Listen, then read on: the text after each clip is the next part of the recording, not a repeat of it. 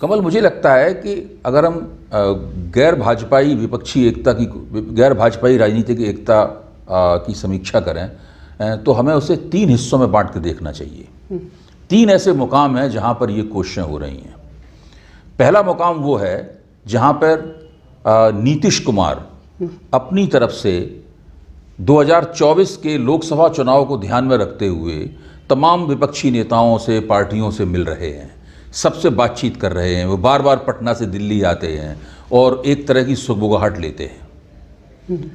उनका लक्ष्य ये है कि 2023 जब 9 राज्यों का और कश्मीर का और जोड़ दिया जाए 10 राज्यों को चुनाव होगा, 2023 के चुनाव परिणाम जब सामने आ जाएंगे, उसके बाद जो राजनीतिक परिस्थिति बनेगी, तब वो अपनी इन कोशिशों को रंग लाते हुए देखना चाहेंगे। उनके अंदर पूरा धैर्य है, उन्होंने खुद को प्रधानमंत्री की दौड़ से बाहर कर लिया है और इस तरह से वो विपक्षी एकता की एक केंद्रीय धुरी, आदर्श धुरी बन गए हैं। उनके ऊपर कोई भाई भतीजावाद का आरोप नहीं है, कोई भ्रष्टाचार का आरोप नहीं है और उनका राजनीतिक रिकॉर्ड पूरी तरह साफ है, उनकी एक निश्चित राजनीतिक प्रतिष्ठा है। इसलिए नीतीश कुमार एक खास मुकाम पर खड़े होकर 2024 के चुनाव को ध्यान में रखते हुए एक विपक्षी एकता की तैयारी कर रहे हैं। आप कह सकते हैं उस विपक्षी एकता की ये पूर्व तैयारी हो रही है।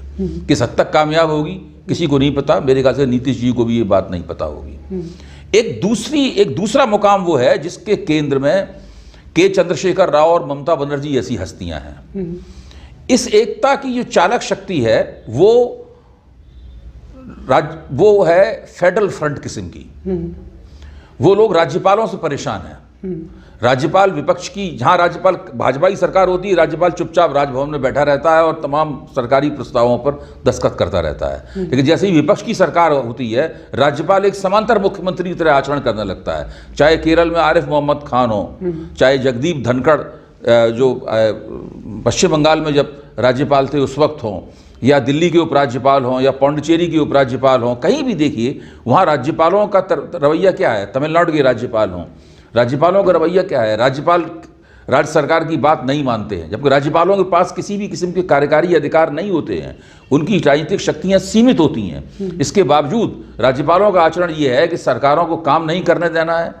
लगातार एक तरह से जो राजभवन है वो सरकार विरोधी शक्तियों का केंद्र सा बन गया है सब जगहों पर। इसलिए इन तमाम विपक्षी दलों को, जो कि जगह जगह राज्यों में सत्तारूढ़ हैं, वो लोग आपस में मिलकर एक फेडरल फ्रंट बनाना चाहते हैं। और इस तरह के फेडरल फ्रंट पहले भी बनते रहे हैं। ये कभी एनटी रामाराव के नेतृत्व में एक इसी तरह का फ्रंट बना था, कभी फारूक अब्दुल्ला के नेतृत्व में इस तरह की कोशिशें हुई थी। तो विपक्षी एकता की एक दूसरी कोशिश वो है। और मैं भारत जोड़ो यात्रा को भी अघोषित रूप से विपक्षी एकता की ही एक कोशिश के रूप में देख सकता हूं थोड़ी देर के लिए, क्योंकि अंततः तो भारत जोड़ो यात्रा, राहुल गांधी साफ ही कह रहे हैं कि विपक्ष की एकता किए बिना भारतीय जनता पार्टी को नहीं हराया सकता।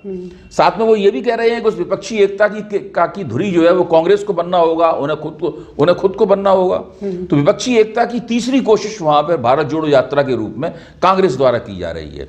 अब ये 3 कोशिशें कैसे आपस में मिलती हैं और उसका क्या स्वरूप बनता है, ये भविष्य के गर्भ में है।